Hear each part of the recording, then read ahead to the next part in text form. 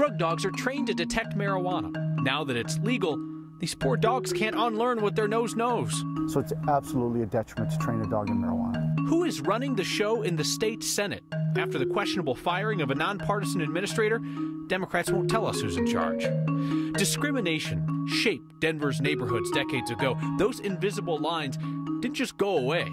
And while cable news rants about refugees, I'd ask, do you know one? You'll meet one tonight on Next.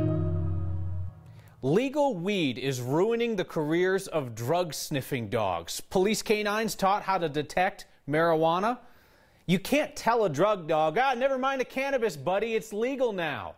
So some of these dogs, trained and paid for by tax dollars, are now being forced into early retirement. Our Noel Brennan has the story. Here. Good boys. The new guy is always eager to work. Some police dog, huh? That's Rudy. I know. A 3-year-old pup partnered with Arvada police officer Brian Loss. Good boys, I got it. Rudy's trained in the detection of cocaine, heroin, methamphetamine, and MDMA. Rudy's a new dog who never learned an old trick. And he is proofed off of marijuana, so if he smells marijuana, he doesn't care about it. The last dog who did, so this is Beaker, was coaxed into early retirement. He's a little cross-eyed. So he's named after the Muppet that was a little cross-eyed, the little scientist in the Muppets. Beaker's pot-sniffing skills were impressive. That's him in the retired life. But irrelevant in a state where weed is legal. So it's absolutely a detriment to train a dog in marijuana. And it's complicated police searches. Do we want to have probable cause established just by a dog sniff of a vehicle that may only contain marijuana, legal under state law but illegal under federal law? Colorado's High Court will soon review a decision that says cops using pot-sniffing dogs like Beaker need a stronger reason to search a car. And if he's not reliable, we can't get a probable cause for us to search the car. And that is the key thing that these dogs are for. Hiring the new guy isn't cheap. Most of those dogs are anywhere from $5,000 to $10,000 alone, and that's without training. If you get one that's fully trained, you're looking $10,000 to $15,000. The price of avoiding early retirement. Good boys. For Next. All right, good job. I'm Noel Brennan. You're good. Come on. So now, illegal marijuana, the black market, that's still a big problem in Colorado. But those investigations are often handled by federal agencies, and the feds' dogs still have a real good nose for the devil's weed as well. There's one final option for the 125 dogs taken out of service in Colorado in the past 2 years. Some of them have found new work in states where marijuana is still illegal. Half of all Coloradans now live in areas that are considered to be at risk for wildfires. Half. It's a new assessment from the State Forest Service. Numbers have shot up over the last 5 years. So 2012 was the last time that this particular map was updated. And since then, the State Forest Service says the number of Coloradans at risk of wildfires has gone up nearly 50%. We're now talking 2.9 million people. So what happened? Well, a lot of things. Changes in population, changes in infrastructure and development, changes in vegetation and the weather. It is a concern across the West. It's a general trend that is being seen as people are moving into areas where wildland fuels are intermixing with development. We hope that these data, information, and tools can be useful, again, at a community scale and above level for citizens as well as wildfire mitigation officials to plan ahead. It begins with literally knowing where you are on the map. You can type in any address on that map to find out the wildfire risk in your area. You can find that link on the Next Facebook page. Democrats who have taken control of the state legislature are itching to make some changes, but it looks like their first big change might have been illegal, and they do not want to talk to us about it. The Senate Democrat spokesman would only say no comment when I asked about what appears to be a mess of their own making. So the state legislature has this nonpartisan staff that keeps things running. They're non-political people, administrators. Effie Amin was the highest-ranking nonpartisan administrator for the state Senate. Republicans there say she was fired by the incoming Democratic leadership on the day before Thanksgiving. The legislature's legal counsel agreed with Republicans that only a vote of the full Senate can hire or fire her, not just one person. So who now is running the Senate, running the nonpartisan staff who need to prepare for the upcoming legislative session? I have absolutely no idea. The Senate Democrats who are in charge would only again tell me no comment. Yesterday marked 2 years since State Trooper Cody Donahue was killed in the line of duty. 2 years. A lot has happened since then. Trooper Cody Donahue came to I-25 near Toma Road that night to handle a minor traffic crash when he was struck and killed. State legislators came together in 2017 to pass the Move Over for Cody Act, tougher penalties against drivers who don't move over for first responders. Donahue's daughters came to the Capitol this year as the legislature extended insurance benefits for the families of fallen officers. Prosecutors came to court in Douglas County looking to convict the driver accused of hitting the trooper. It didn't happen. There was a mistrial in the case against No Gamas Ruiz. First responders came to the state's first ever traffic incident center, and they will keep coming to train on the safest way to handle roadside work, the mundane yet dangerous yet essential task that Trooper Cody Donahue was doing on the night that he died.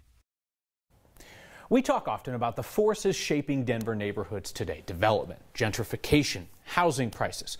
We don't often talk about the forces of yesterday that are still very much in play today, like redlining, the practice of discrimination that segregated our city, and it still impacts life in Denver. Our Anusha Roy explains. For as quickly as some people think Denver is changing, it doesn't hide the city's history. If anything, it highlights it. He's about 4 generations deep here in Denver.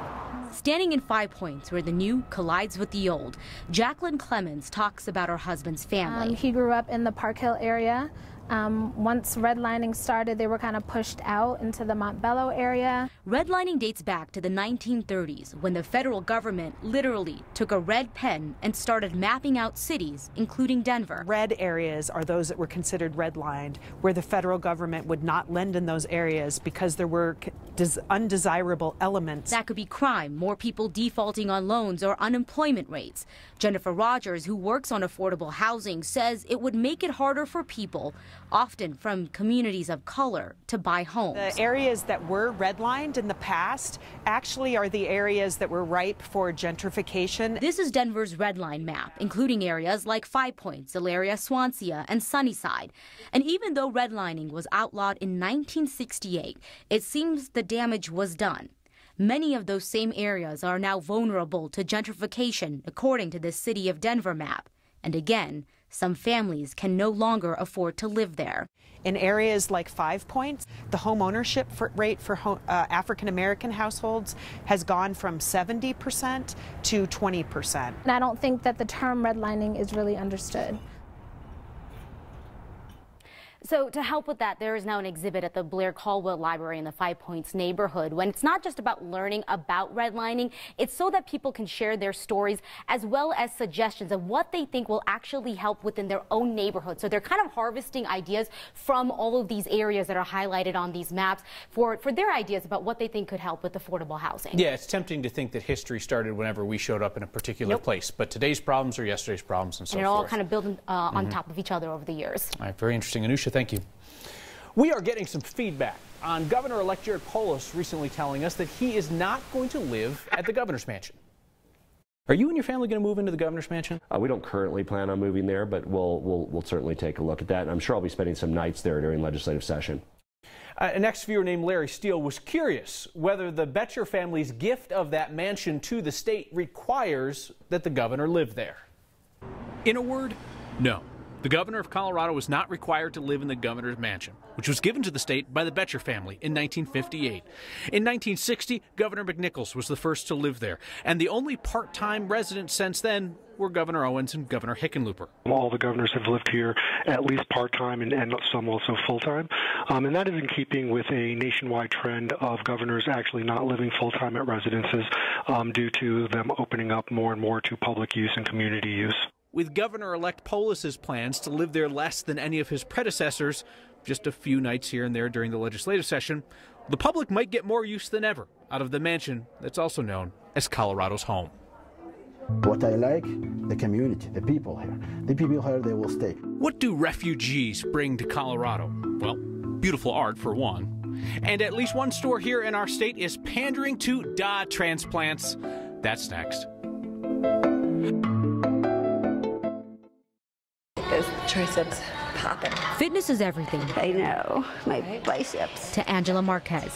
She squeezes in a workout every day and always makes time for a gym pic. Post at PR Fitness Studio, which is posted to Instagram in no time. You'll see a lot of workout pictures here. She isn't showing off. This was also my cancer anniversary. She's sharing survival. I also look at it as I'm alive, because that was 11 years ago that day. The day Angela learned she had cervical cancer. Doctors removed lymph nodes in her pelvis to save her life. I survived cancer. I beat cancer, and now I have this. This is her new battle. Yes, it is in my left leg. The left leg is much bigger than the right. One Olga Belskaya fights too. It's an ongoing battle. They both suffer from lymphedema. It feels heavy. A debilitating condition. Oh my goodness. That lasts a lifetime. Lymphedema is the abnormal accumulation of protein in the tissues, so the area underneath the skin and above our muscles. Angela and Olga are treated by Vicki Ralph, a woman who is dedicated to treatment and awareness. I do about 45 minutes of stretching of the skin. An occupational therapist at UC Health. This is short stretch compression bandaging. Some people are born with lymphedema, but for many, like Olga, the condition is triggered after lymph nodes are surgically removed to treat cancer. You have kind of, if you will, a mechanical failure of that section of the body. This chronic condition chips away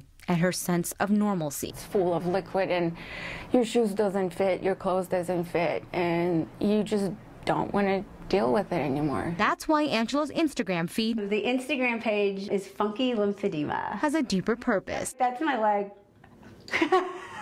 It informs, it inspires. We call it the mini incline. Those who search for answers. I want to change the image of the pictures maybe that they see when they do Google lymphedema and feel that it's gloom and doom and negative.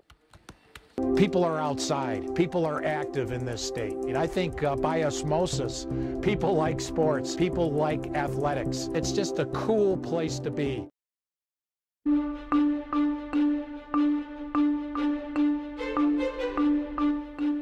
The super fun pattern of 60 degrees in the middle of the week and then snow by the weekend. Well, it's back again this upcoming weekend. High pressure in play right where we are, and we'll see temperatures above average for the next few days. Little snow coming into the high country midweek, but the cold will hold off when you know it until Saturday. Still near 40 degrees outside the studios this hour. Winds are light, but that may be changing as a California storm heads toward Colorado. Piece of energy coming in Wednesday, and then a second storm, a colder storm, heading in here over the weekend. Tonight, smooth sailing, no issues, high clouds and 24. Tomorrow with sunshine, temperatures will climb close to 60. High clouds in the morning, back in the afternoon, and a comfortable 48 hours. Ahead of a storm that'll bring a few flurries on Friday, a colder weather trend heading into the weekend. Good chance of snow showers Sunday into Monday.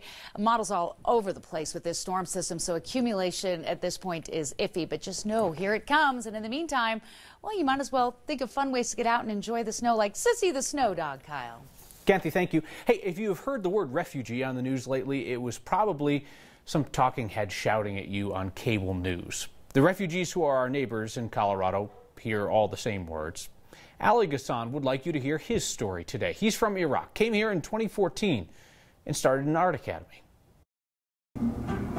Ali Ghassan, I'm an artist. So originally I'm from Iraq. We're still in the block economy in Iraq. So everything is difficult. So if I would like to buy materials, there's no materials. They try to focus about just the food. When I go to tell my family, I would like to be an artist, they says this is crazy. When I was kids, I always thinking I would like to live in America because I believe something's different than other people. America is an international country. I like it. So we're gonna go just around all the farm. So I teach in Art Studio League.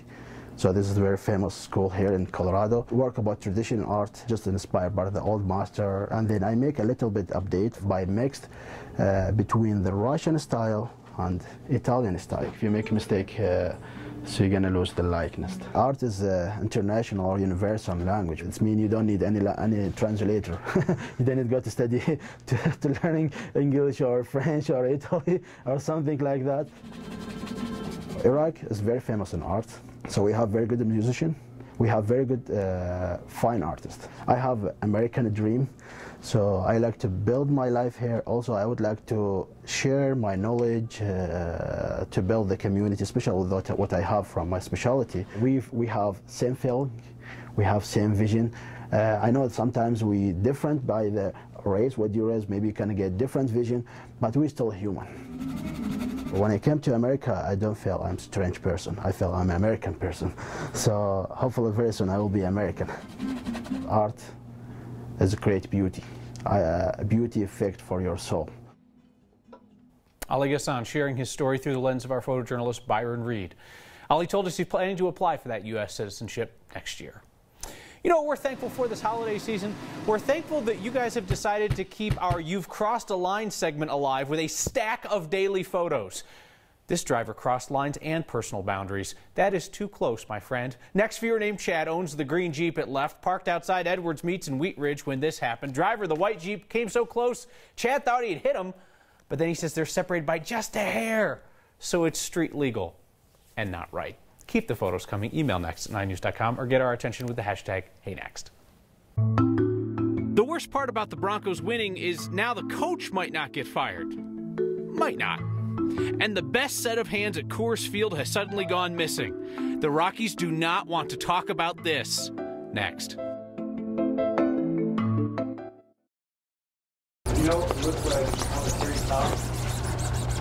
If life was like a t-shirt, You'll want to just wipe it so you can get a clean start. the one for David Wyatt would be made out of 100% guilt. I could be so much further in life right now if I didn't let, my addiction to alcohol get the best of me.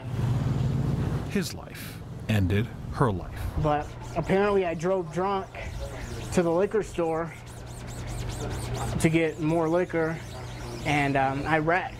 He survived. He found his way to a place called Street to Life. They don't just make t-shirts here, they make a difference in the lives of people like Wyatt. Homelessness, coming off of drug and alcohol addictions, coming out of prison.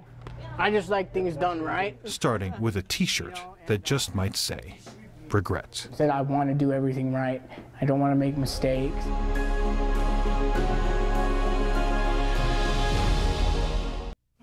Okay, now you ready? Now, just like I showed you. Yeah. Now push in the clutch and gently shift it in the first gear. I remember,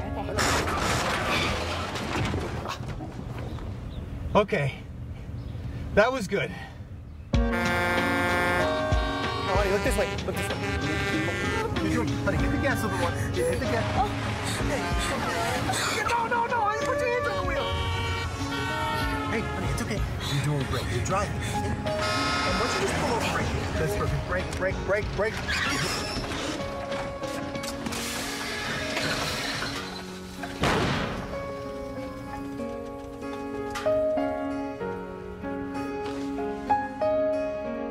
Thank you, Dad.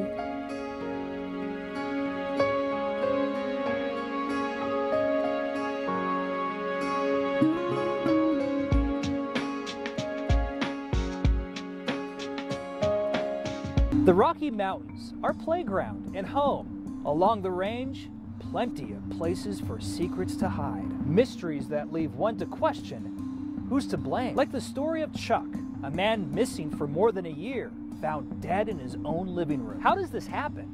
And why? Who's to blame? Join our journey as we investigate these Colorado mysteries on our podcast Blame, available on 9news.com/blame or wherever you download your favorite podcasts. Latina for me means family. It means being part of a community where you're never alone. Being Latina is being strong and independent. Being Latino is really everything to me. It's who I am. Being Latina means celebrating life in a unique way. I kind of ignored it. I don't read much. He tells me what's out there, in small doses, but Mike, I really don't care. My focus is the players and the coaches, honestly. That's my attitude. He should watch the program. I think he would enjoy the program most of the time. Broncos have won back-to-back games against some of the best teams in the NFL. Quite the strong statement after a lot of Broncos country clamored for that man, head coach Vance Joseph, to go mid-season. They lost 5 of 6. We checked back in today with our Broncos insider Mike Kliss to see if he thinks the coach is safe for next season. And Kliss reminded us we've asked this question before. This show does ask the tough questions, and I believe this is the third time you've had me on this show in the last 6 weeks to 2 months, and all 3 times You've asked me about Vance Joseph's job security. I will say that his job security is much better now than it was 6 weeks to 2 months ago. He is rallying the troops, beating 2 real good teams, and putting the Broncos in the playoffs has strengthened Vance Joseph's position. Is there a magic number? 8 wins, I think, is the minimum. I think 8 wins, he's got a real good chance of coming back. If they make the playoffs, he does come back. He's weathered the storm pretty well because I don't think too many people in this town were big fans of his a few weeks ago. And now he's got this team playing hard and got this team playing real well. But there's still a long way to go. This season could break in the next 5 weeks, or it could be one of the more surprising comebacks of all time. If you are shopping for a Chicago transplant who now lives in Colorado, we have found you the perfect gift, a Broncos hat. I had to look twice at this. This is fantastic. Our viewer Betsy says her son Logan found it at the Target in Parker.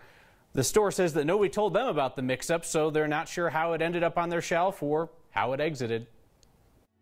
Our next question comes from a viewer named Dan Bailey, who asks, "Hey Kyle, does time stop at Coors Field during winter, or is the clock just being repaired?" Well, I'll be. That giant clock on the outside of the stadium, it's missing its hands. There's probably a really interesting story behind this, but we won't be getting it from the Rockies. Their PR department threw us a brushback pitch as if we were asking about a player's secret injury or something. I mean, it's just a stupid clock. And they send us this PR sounding statement. Can we get the music, please, for the PR sounding statements? We have a number of construction projects going on around the ballpark right now. And the outside of the ballpark, you probably have noticed in the west lot, being repaired as we prepare for the next season.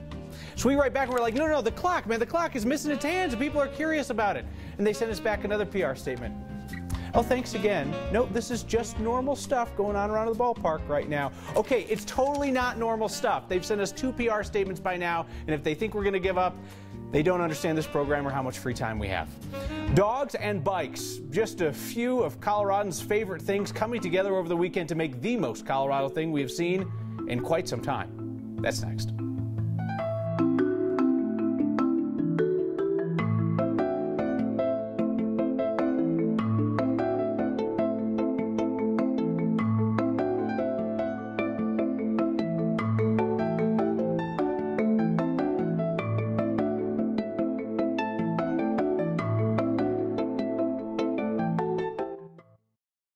Our Broncos. I'm a Broncos fan because we got the best team in the NFL. My whole life I've been a Broncos fan. Denver till we die. We bring the thunder. Bronco fans are the best. It's probably the most exciting thing that you could ever feel. They're the best team in the league, obviously. We got the best fans. The whole stadium shakes and everybody's jumping around and rooting and hollering. There's nothing like this crowd. Broncos fans will always stay loyal. We're looking forward to another Super Bowl win. This is Bronco country. We bleed orange and blue. I'm Gary Shapiro, sharing Colorado stories. 9 News everywhere.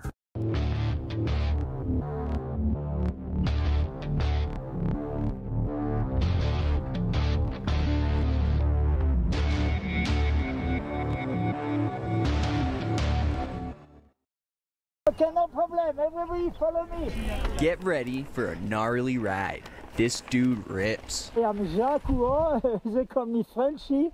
I am 41 years old, each leg, equal 82. 82 years old, Jacques keeps moving.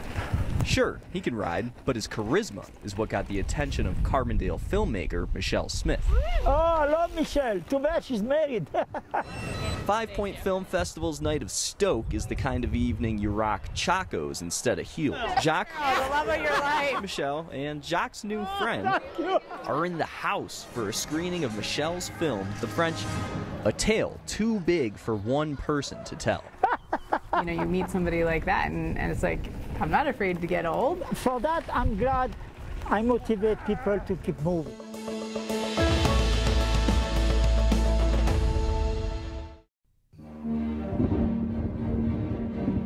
Like lightning on the Great Plains, a spark ignites the imagination of a young 4-H member named Ryan. As a teenager, Ryan explores the wonders of nature. As a young man, he experiments, discovering new possibilities.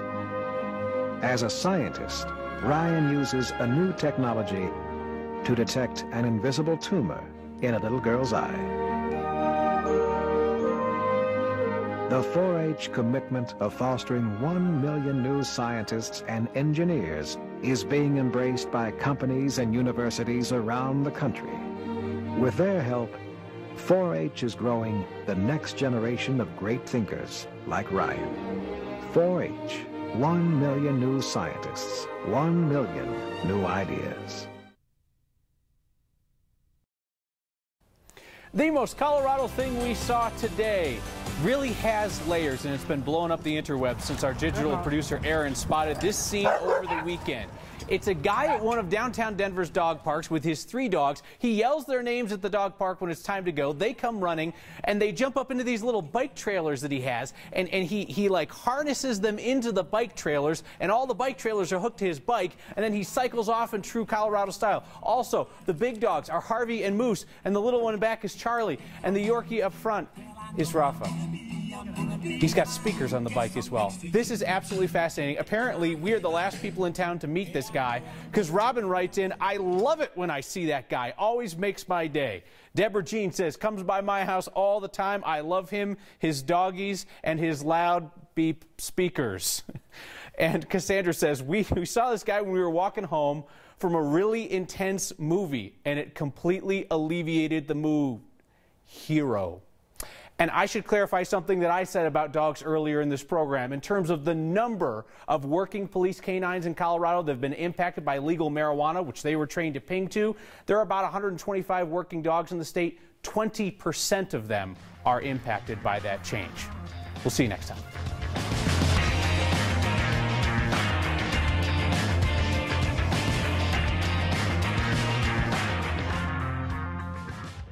Subscribe to the Next YouTube channel for the best of Next and some other stuff.